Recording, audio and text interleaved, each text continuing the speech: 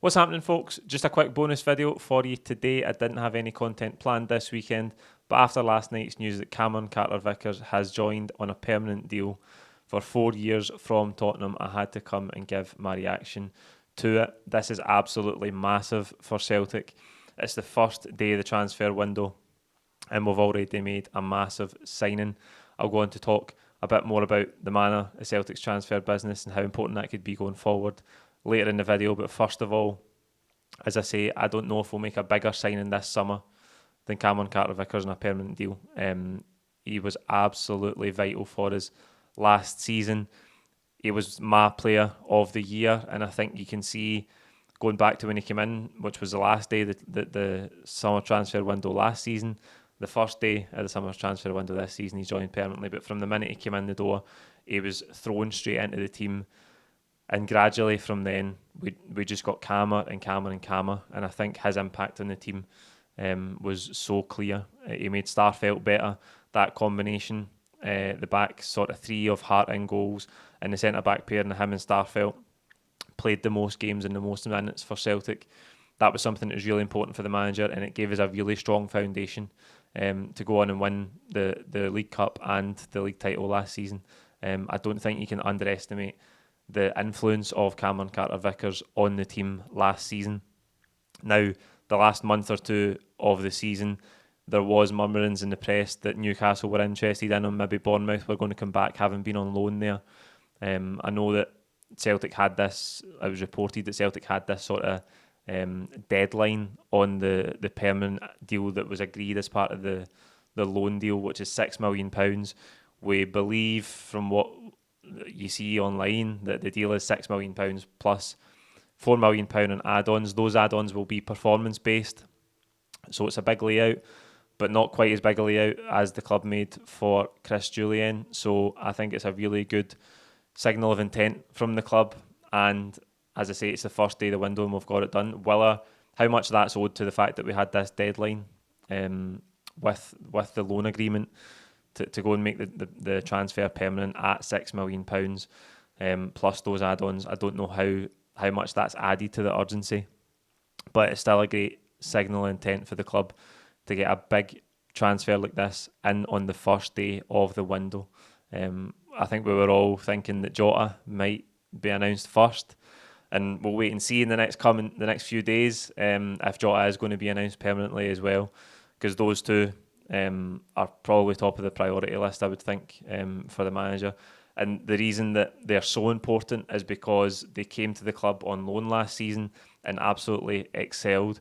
So what that does is mitigate the risk for the club. They know that if they go and lay out £6 million for Carter-Vickers, it's not a stab in the dark like every other transfer where you scout a player, you think he's good, you think he fits in, and so you take the risk and pay the money, and then you don't find out until he gets here if he settles in, if he likes his teammates, if he gets on with the manager, if he fits the manager's style, and you don't see how he performs. Playing for Celtic under the pressure, having to win week in and week out, you've got none of that with Carter-Vickers because he's been here for that loan period last season where he ticked every single one of those boxes resoundingly. And as I say, I don't know if Celtic will make a bigger signing this summer than Cameron Carter-Vickers. There was some debate amongst the fan base about whether £6 million could get us a better ball-playing defender. But I think after watching Carter-Vickers last season, I think we'd be hard pushed to get a better defender for £6 million. I think he can probably improve a little bit on the ball in terms of coming out and making passes and starting attacks. But let's be honest, he was absolutely brilliant in all aspects of his game last season. He's only 24 years old. I think he's got growth and development in him, and I think we've got him at a really good period.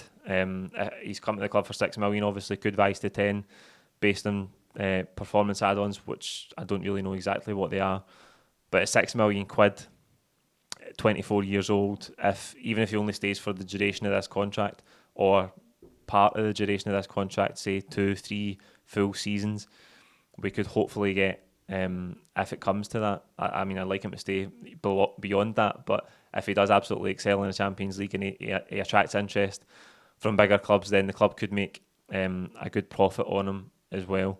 I think this signing is an absolute no-brainer. And as I say, it could, in my opinion, be our biggest signing of the summer. I know there's lots of areas of the team we're looking to improve, and we're being linked with more and more players in the last couple of days since I made the last video. Midfielders, another fullback. It looks like we're looking at South America quite a lot, which is really interesting because that's a market that Celtic have never really succeeded in. We've had maybe a couple of, I think one Brazilian player that stands out is obviously Rafael Scheid, and the less said about him, the better. So South American players have never really excelled at Celtic. Izagiri, I suppose, is the last one that you could say was a success, but we've not had many, and it's good to see the club looking in different markets after the success that we had with the likes of the Japanese market last season. So I know we're looking at different areas, and there is gaps in the squad that need to be filled, and we need to improve, but I come back to it again, I don't know if we'll make a bigger signing this season than Cameron Carter-Vickers, because going off the back of last season, he was one of the most integral players in this Celtic squad, and he almost single-handedly raised the level of the entire defence, and I think the goalkeeper as well, because as I say, that partnership was so good between the three of them. So that's it for this video. I just wanted to jump on, give you a quick reaction. It's a massive, massive signing to get Cameron Carter-Vickers in. I look forward to seeing him in the hoops again next season in the Champions League, and building forward and improving with this Celtic squad, with Ange Postecoglou, who outlined yesterday how important it was to get Cameron in the door on a permanent basis. The club have done that, and they deserve credit. And I think the last thing I want to end on is the manner of the business. Since Ange Postecoglou has come to the club, particularly since Michael Nicholson, I suppose, has taken over as well, the manner of the transfer business has been swift, almost very un-Celtic-like. And I know it's early days, and I know we've got lots of areas that we need to fill in the squad throughout the summer, and we need to keep improving, and we need to keep backing the manager.